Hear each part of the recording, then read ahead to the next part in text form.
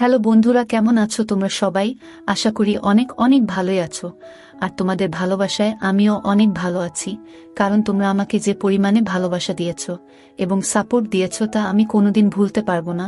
তাই তোমাদেরকে মজা দেওয়ার জন্য আবারও একটি নতুন গল্প নিয়ে হাজির হলাম। গল্পটি শোনার মতো, আশা করি তোমাদের দাঁড়িয়ে যাবে এবং তোমরা হাতের কাজ করতে সবাই হেডফোন নিয়ে বসে যাও। যদি আমার গল্প শুনে মজা পাও তাহলে অবশ্যই আমার চ্যানেলটি সাবস্ক্রাইব করবে। তো চলো বন্ধুরা, আমরা কথা না বাড়িয়ে আসল গল্পে চলে যাই। আমার 14 বছর বয়সে মালকিন আমাকে তার বাড়িতে নিয়ে যান এবং আমাকে 500 টাকা দিয়ে মালকিন নিজের শরীরে ম্যাসেজ করাতেন। আমি 500 টাকায় রাজি হয়ে মালকিনের শরীরে ম্যাসেজ করতাম। কিন্তু একদিন রাতে মালকিন বলতে শুরু করলেন, প্রতাপ, আজকে রুমের লাইটটা বন্ধ করে দাও। আমি চুপচাপ লাইটটা বন্ধ করে দিলাম। আমি জ্ঞান হারিয়ে ফেললাম যখন মালকিন, আমি যে বয়সের মধ্যে দিয়ে যাচ্ছি, এই সময়টা একটা ছেলের জন্য অনেক কঠিন সময়, কারণ তাদের মনোযোগ তাদের সামনে উপস্থিত মহিলাদের দিকে পড়ে। এমন অবস্থায় কারো শরীরে মালিশ করা আমার জন্য খুব সমস্যার সৃষ্টি করে। যখন মালকিন আমাকে তার শরীরে ম্যাসাজ করতে বললেন, কিছুক্ষণ অবাক হয়ে তার দিকে তাকিয়ে রইলাম। আমি কিভাবে এটা করব? এটা খুবই লজ্জার বিষয়। কিন্তু আমার বাবা বলেছিলেন, মালকিনের কোনো কথায় না করবি না, তিনি অনেক দয়ালু মনের মহিলা। তুই যদি তার মনে জায়গা করে নিতে পারিস তবে তিনি তোকে বেতনের চেয়েও বেশি টাকা দেবেন। তিনি আমাকে টাকা দিয়েছেন, তাও 500 টাকা, এবং বললেন, এই টাকাটা শুধু তোমার। আমি অনেক খুশি হয়েছিলাম, কিন্তু যখন তিনি আমাকে তার শরীরে তেল দিয়ে ম্যাসাজ করতে বললেন, আমি হতভম্ব হয়ে তার দিকে তাকিয়ে রইলাম। তিনি কিভাবে একটা ছেলেকে দিয়ে ম্যাসাজ করাতে পারেন? আমি কিছু বললাম না, কিন্তু অনেক নার্ভাস ছিলাম। তিনি আমাকে তার রুমে নিয়ে গেলেন, তারপরে বিছানায় শুয়ে তার শরীরে তেল দিতে বললেন। আমি যখন তার শরীর থেকে তার পোশাকটা তুলে দিলাম, তখন আমার চোখ বড় বড় হয়ে গেল। তিনি আমাকে যে তেল দিয়েছিলেন, আমি চোখ বন্ধ করে আমার হাতে কিছুটা নিয়ে তার শরীরে দিতে থাকলাম। আমার একমাত্র চেষ্টা ছিল কাজে অনেক মন দেওয়া। আমি একবারও তার শরীরের দিকে তাকাইনি, আমি শুধু চোখ নামিয়ে ম্যাসাজ করেছিলাম। আমার মনে আছে যে আমি যখন এখানে কাজ শুরু করি, প্রথম দিকে কাজের সময় অনুসারে আমি যখন মালকিনের ঘরে প্রবেশ করলাম, তখন মালকিনকে কিছুটা অন্যরকম দেখাচ্ছিল। তার চেহারায় অদ্ভুত পরিবর্তন লক্ষ্য করলাম আমি। তিনি ঘামে ভিজে যাচ্ছিলেন। আমি জানি না তার কি হয়েছিল। আমাকে দেখা মাত্রই সে হঠাৎ সোজা হয়ে আমার দিক থেকে অন্যদিকে তাকাতে থাকল।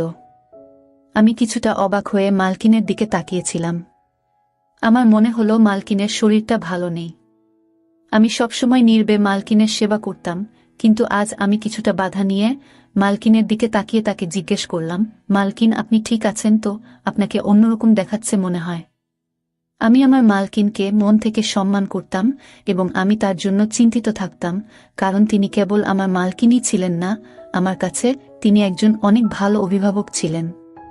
তিনি ছোটবেলা থেকেই আমাকে সাহায্য করেছিলেন এবং তিনি আমার দুঃখী জীবনকে সুখী করে তুলতে অনেক সাহায্য করেছিলেন। আমি কষ্টে ছিলাম, কিন্তু তার দেওয়া টাকা আমার জীবন পরিবর্তন করে দেয়। আমার বাড়ির অবস্থা পরিবর্তন হয়ে যায়।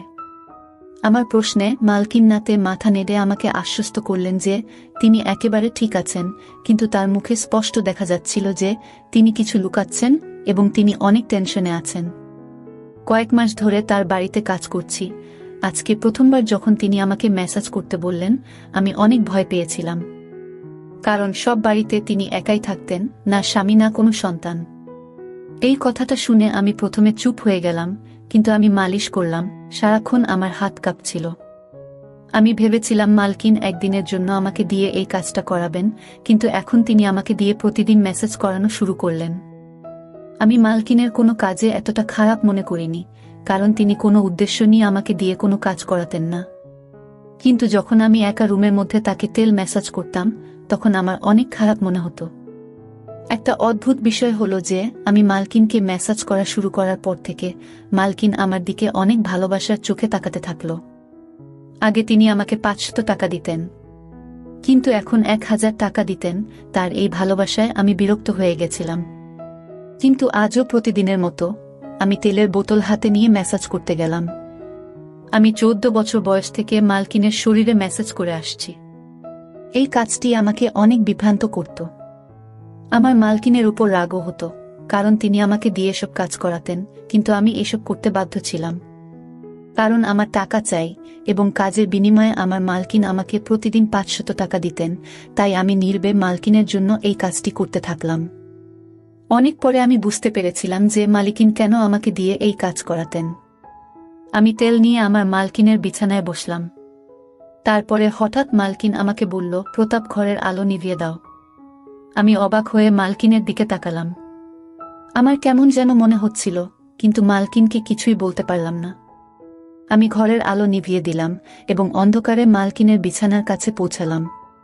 অন্ধকারে বুঝতে পারলাম মালকিন বিছানায় শুয়ে আছেন। আমি মালকিনের দিকে হাত বাড়ালে মালকিন আমাকে থামিয়ে দিয়ে আমার হাত ধরে তিনি আমাকে যা বললেন তাতে আমি জ্ঞান হারিয়ে ফেললাম। আমার মনটা কেমন করতে শুরু করলো। আমি আমার জায়গায় বসে রইলাম, আমার নড়াচড়া করা কঠিন হয়ে পড়ে। আমার মালকিনের কথা শুনে আমি অবাক হয়ে উঠেছিলাম। আমি বাঁকুড়ার একটি গ্রামে থাকতাম। আমার পরিবার অনেক গরিব।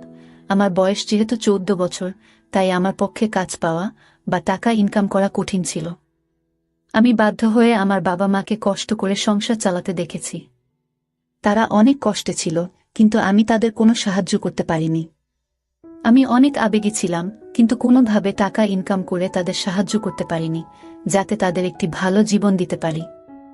লেখাপড়া করা আমার স্বপ্ন ছিল, কিন্তু আমি জানতাম যে আমাদের কাছে লেখাপড়া করার টাকা নেই। আমাদের বাড়িতে খাওয়া দাওয়া করাই অনেক কঠিন ছিল। তবে আমি জানতাম যে আমি যদি আমার শখ প্রকাশ করি, তবে আমার মা বাবা এত কষ্টের মধ্যেও নিশ্চয়ই আমাকে পড়াতেন। কিন্তু আমি এতটা স্বার্থপর ছিলাম না, তাই নিজের শখগুলোকে নিজের মধ্যে দমিয়ে রেখেছিলাম। এবং এই জিনিসটি আমাকে আরও অসহায় করত। সেই দিনগুলিতেই মালকিন আমার জীবনে এসেছিলেন। মালকিন একজন বয়স্ক মহিলা এবং একা থাকতেন।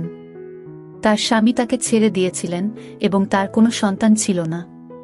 তবে তার অনেক টাকা ছিল, তার অনেক জমিজমাও আমাদের গ্রামে ছিল। মালকিনের নিজের জমিতে কিছু গুরুত্বপূর্ণ কাজ ছিল, তাই আমাদের গ্রামে আসার পর তিনি আমাকে দেখে আমার দিকে তাকিয়ে জানতে চাইলেন আমি কেন স্কুলে যাই না এবং কেন আমি পড়াশোনা করি না। আমি দুঃখের সাথে তাকে আমাদের অবস্থার কথা বললাম এবং বললাম যে আমি আমার পরিস্থিতির কারণে পড়াশোনা করতে পারিনি। পড়াশোনা করলে আমাদের ঘরে খাওয়া দাওয়া বন্ধ হয়ে যাবে। আমার কথা শুনে মালিকিন চিন্তায় পড়ে গেলেন। এরপর তিনি আমাদের বাড়িতে এসে আমার বাবা মায়ের সাথে কথা বললেন এবং বললেন যে বাড়ির ছোটখাটো কাজের জন্য তার আমার বয়সী একটি ছেলে দরকার। আমার বাবা মা তখনও চিন্তায় ছিলেন যে কিভাবে তারা তাদের ছোট ছেলেকে এত কম বয়সে কাজে দিবেন, এবং সম্ভবত তারা ভাবছিলেন যে আমি হয়তো তাদের ভুল বুঝব, কিন্তু আমি এগিয়ে গিয়ে তার কাজ করতে রাজি হলাম। আমার কথা শুনে মালিকিন অনেক খুশি হয়েছিলেন। তখন আমি কিছুই জানতাম না। আমি শুধু ভেবেছিলাম মালিকিন তার ইচ্ছানুযায়ী ছোটখাটো কাজ করাবেন, আর আমি সব কাজ করতেই রাজি ছিলাম। আমি অনেক খুশি মনে রাজি হলে আমার বাবা মাও চুপ হয়ে গেলেন।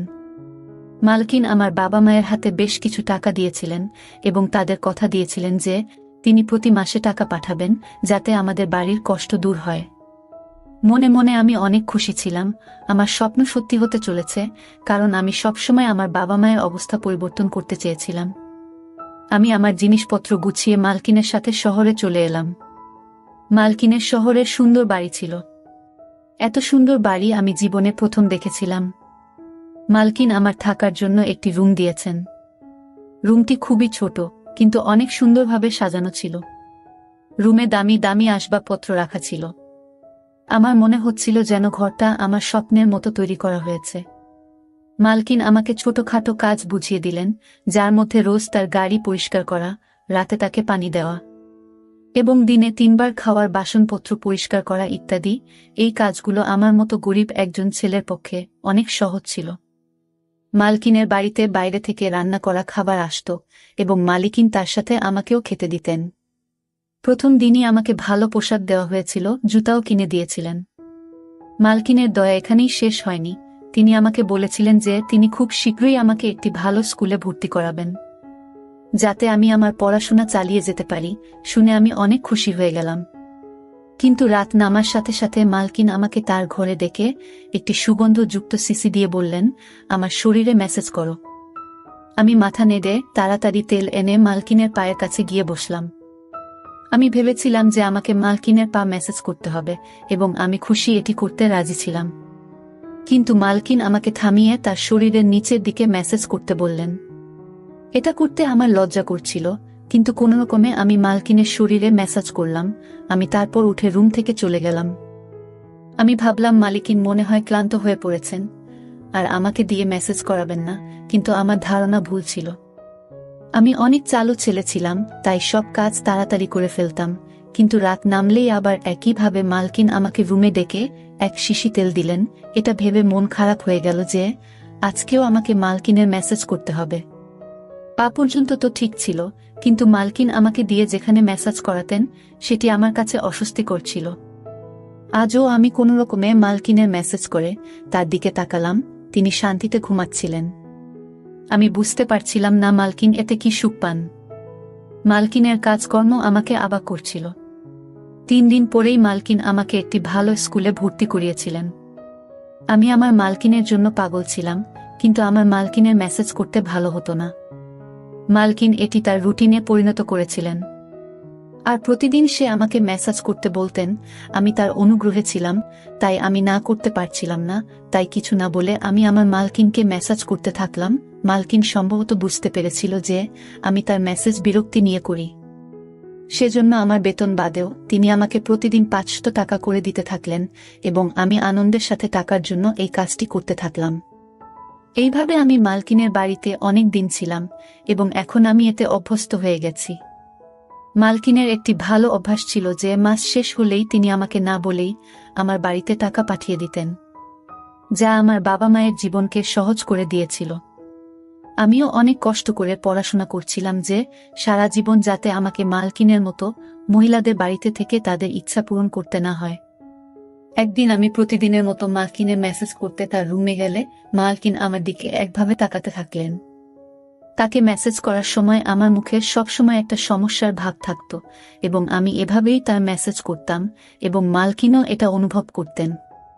তাই মালকিন আমার দিকে মনোযোগ দিয়ে তাকিয়ে তারপরে বললেন যে আমি জানি আমার এই কাজটা করতে তোমার খারাপ মনে হয়, কিন্তু আমি অসহায়, তাই তোমার খারাপ মনে হওয়া সত্ত্বেও তোমাকে দিয়ে এই কাজটা করিয়ে নিই।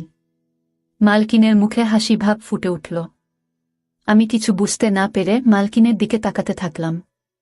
আমি বুঝতে পারিনি, তাই মালকিন আমাকে তার বাধ্যবাধকতার কথা বললেন, আর লজ্জায় আমার অবস্থা খারাপ হতে থাকল। মালকিন আমাকে বললেন যে তার শরীরে সমস্যা রয়েছে, যার কারণে তিনি মেসেজ না করিয়ে রাতে ঘুমাতে পারেন না। মালকিন এই কাজের জন্য নার্স রেখেছিলেন, কিন্তু তারা সবাই কোনো না কোনো অজুহাত দেখিয়ে কখনো কখনো তাড়াতাড়ি মেসেজ করে, আবার কখনো কখনো মেসেজ না করেই চলে যায়।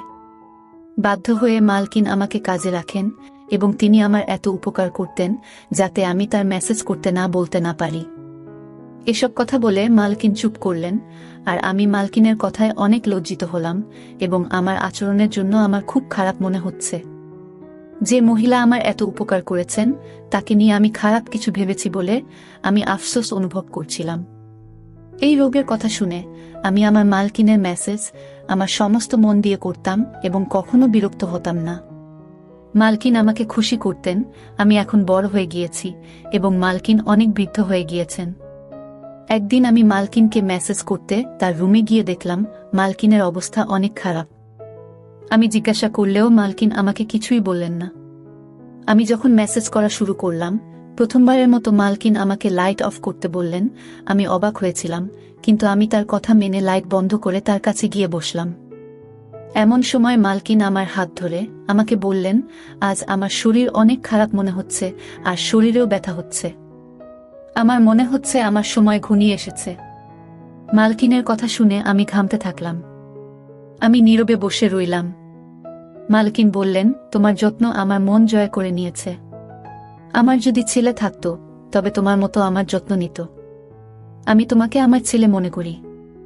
আমি আমার সমস্ত সম্পত্তি তোমার নামে করে দিয়েছি। নিজের খেয়াল রেখো। মালকিন এই কথা বলেই তার হাত নিচে পড়ে গেল। আমি তাড়াতাড়ি উঠে লাইট অন করে মালিককে দেখে দ্রুত ডাক্তারকে ডাকলাম।